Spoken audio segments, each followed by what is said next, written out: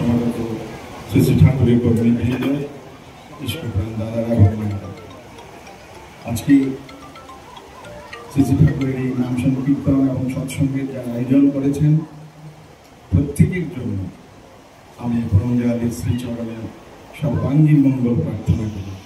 কাছে দূরে যারা রয়েছেন সবার সর্বাঙ্গীন কল্যাণ হোক পরমদয়ালের চরণে প্রার্থনা করি। আগামী বছর আরো ভাবে এটা তো একটা উৎসবের রূপ নিয়েছে, এখানে আর ছোট্ট সৎসঙ্গের রূপ নেই। কতদিন ধরে কত মানুষের চিন্তা ভাবনা ভক্তির প্রকাশ ঘটেছে আজকে। তাই ঠাকুরের চরণে আমি সবার মঙ্গল প্রার্থনা করি।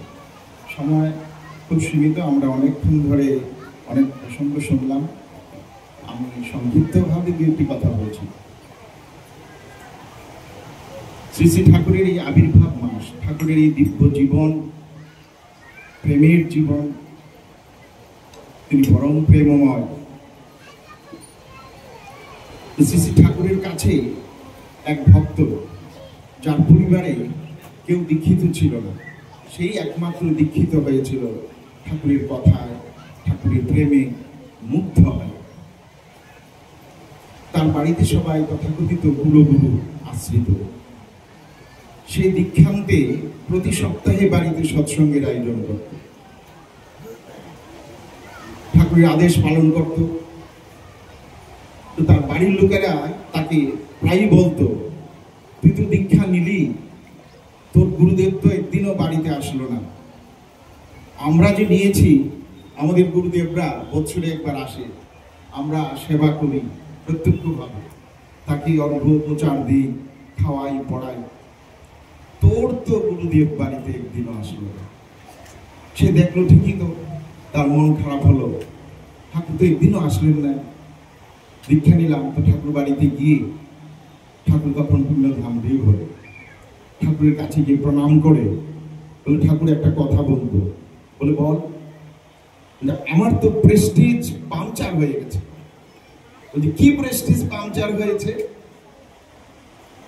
বলছে, আমার বাড়ির লোকেরা সবাই বলছে তাদের গুরুদেবরা বছরে একবার আসে, দক্ষিণা প্রণামী বস্ত্র দেয়, খাওয়ায় পড়ায়। আমার গুরুদেব তো আপনি তো একদিনও আমার বাড়িতে গেলেন না। আমার প্রেস্টিজটা থাকলো কোথায়? আমরা অনেক কথা বলি আপনার সম্বন্ধে, আপনার বাড়িগুলো বলি, কত কিছু বলি, কিন্তু এখানে তো আমার বাড়িতে আমার প্রেস্টিজ নাই ঠাকুর।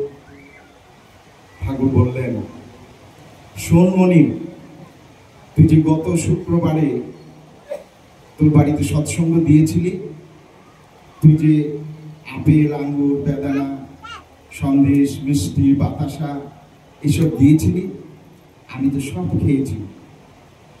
কিন্তু তুই যে নারকেলটা দিয়েছিলি সেটা আমি খেতে পারিনি, কারণ নারকেলটা কেটে দিসনি। আমার খুব ইচ্ছে ছিল নারকেলের জল খাওয়ার, কিন্তু আমি খেতে পারিনি। সৎসঙ্গে এই গানগুলি হয়েছিল, তুই তো কীর্তন করে নেচেছিলি, আমি সব উপভোগ করেছি।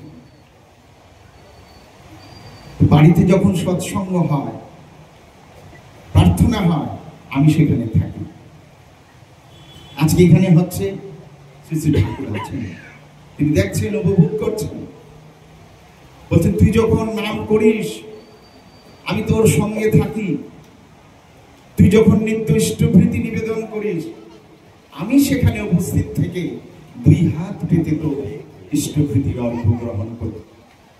নিত্য তুই যখন চলাফেরা করিস তোর সঙ্গে আমি থাকি। তুই কি চাস বৎসরে একবার আমাকে যেতে, না নিত্য প্রতিদিন প্রতিক্ষণ তোর সাথে চাস আমাকে? দাদাকে বুঝতে পারলেন, ঠাকুরকে প্রণাম করে বলেন, না ঠাকুর, আমি সব সময় নিত্য প্রতিক্ষণ আমি আপনাকে চাই, আপনি আমার সঙ্গে থাকুন। তিনি বুঝতে পারলেন যে বৎসরে একদিন থেকে নিত্য সদ্গুরু দীক্ষিত হওয়া মানে তাকে সঙ্গে পাওয়া। প্রতি মুহূর্তে প্রতিক্ষণে তিনি থেকে আমার সঙ্গে থেকে আমাকে রক্ষা করেন, আমাকে সৎ পথে পরিচালিত করেন, সৎ বুদ্ধি প্রদান করেন। আমরা এই পুরুষোত্তমকে পেয়েছি। এই পুরুষোত্তম হচ্ছেন সবার গুরু, সবার ধাতা পূজ্যমান, ধৃতিচর্যি সবারই তিনি, ভজন মুক্ত ভগবান। আমরা কিন্তু কেউ তার মন্ত্র দীক্ষিত হতে পারি, কেউ নাও হতে পারি, কিন্তু আমরা প্রত্যেকে তারই সন্তান। তিনি কিন্তু আমাকে রক্ষা করবেনই। আজকে এখানে বহু লোক দীক্ষিত ছিল না, 1, 2, 3, 4, 5 হতে হতে জহরদার কাছে শুনলেন 13 লক্ষ ছাড়িয়ে গেছে। ঠাকুর বলছেন তোমরা কোটি কোটিতে উদ্ভিন্ন হয়ে ওঠো, কোটি কোটিতে। ঠাকুরের যে ঢেউ, যে প্রেমের বন্যা বইছে, তাতে কেউ বাদ থাকবে না। পৃথিবীতে যত আছে নগরাদি গ্রাম, সর্বত্র প্রচারিবে এই সত্য নাম। ঠাকুর মানুষ চেয়েছেন। এই যে ঠাকুর বলেছেন চরিত্র যার নিখুঁত চলায়, উন্নতিতে আগুয়ান, দরিদ্র সে হোক না যত, মানুষ নিছক লক্ষ্মীবান। একজন খুব দরিদ্র, অসচ্ছল পরিবার, খুবই দরিদ্র, খনিতে কাজ করে, লেবারও নয়, খনির আকরিক কুড়িয়ে যা পাওয়া যায় খুব যত সামান্য তাই দিয়ে দিনাতিপাত করতে হয়। সেই পরিবারের একটি মেয়ে তার বাবাকে বলছে, রোজ যখন রান্না হয় কাঠ দিয়ে রান্না হয়, শুকনো কাঠ দিয়ে, বলছে বাবা তুমি এই শুকনো কাঠ দিয়ে যখন রান্না হয় এই কাঠটাকে প্রণাম করো, মনে মনে কি বলো? তুমি এই শুকনো কাঠটাকে প্রণাম করার কি আছে? রুচি দেখি তুমি প্রণাম করো।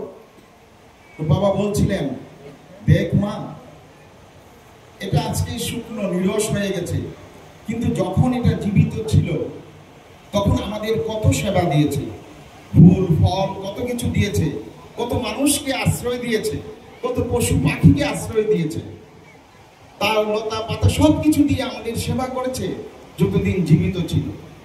এখন মরে গেছে নিরস, এখনো সেবা দিয়ে যাচ্ছে। ওর কাঠ না হলে আমার অন্ন রান্না হয় না, ওর কাঠ দিয়ে আমি রান্না করি, তাই যে এত সেবা দেয় তাকে আমার প্রণাম জানাই। এই ভাব যার ভেতরে থাকে সেই পরিবারে আদর্শ মানুষের জন্ম হয়, উন্নত মানুষের জন্ম হয়। সেদিনের সেই প্রশ্নকর্তা বাচ্চা মেয়েটি ছিল আজকের মহামান্য রাষ্ট্রপতিজি দ্রৌপদী মুর্মু। খনির শ্রমিকের ঘরের মেয়ে, সেই শ্রমিকের মনের ভাবটা কত উন্নত ছিল। তাই ঠাকুর বলছেন যে যার ভাব যত উন্নত, সেই উন্নত ভাবের সন্তান সেখানে জন্মগ্রহণ করে। সন্তান মানে সমতান। তাই ঠাকুর বলছেন স্বামীর প্রতি প্রাণ যেমনই, ছেলেও জীবন পালাবে। এই স্বামীটাকে, এই স্বামীটা হচ্ছে জগৎ স্বামী। যে স্ত্রীর জগৎ স্বামীর প্রতি প্রাণ নাই, ভালোবাসা নাই, সেই স্ত্রীর ঘরে কিন্তু সুসন্তান জন্ম হয়। তাই এই সুসন্তান মানুষ ঠাকুর চেয়েছেন, আমাকে মানুষ ভিক্ষা দাও, তিনি মানুষের কাঙ্গাল। এবং এই সৎ মানুষের জন্য বলছেন সৎ গুরুর শরণাপন্ন হও, সৎ নাম মনন করো, সৎসঙ্গের আশ্রয় গ্রহণ করো, তাহলে তুমি সৎ মানুষ পাবে, ঘরে ঘরে দেব সন্তান হবে। সৎ মানুষ যদি না হয়, পরিবেশ, সমাজ, দেশ ধ্বংস হয়ে যাবে, সমাজ ধ্বংস হয়ে যাবে। এটাকে তুলে ধরার জন্য, রক্ষা করার জন্য পরমপিতা যুগে যুগে আসেন, এই যুগে শ্রী শ্রী ঠাকুর অনুকূল চন্দ্র হয়ে এসেছে। আমরা পরমপিতার চরণে প্রার্থনা করব, আমরা সবাই তার মনের মানুষ হয়ে উঠি, তার দেওয়া বিধান কাটায় পালন করে নিজেরা সুনিয়ন্ত্রিত জীবনের অধিকারী হই, পরিবার পারিপার্শ্বিক সবাইকে ইষ্টমুখী সুনিয়ন্ত্রিত করে দিই। পরম দয়ালের অজস্র আশীর্বাদ সবার উপর বর্ষিত হোক, আচার্যদেবের অজস্র আশীর্বাদ সবার উপর বর্ষিত হোক। জয় গুরু।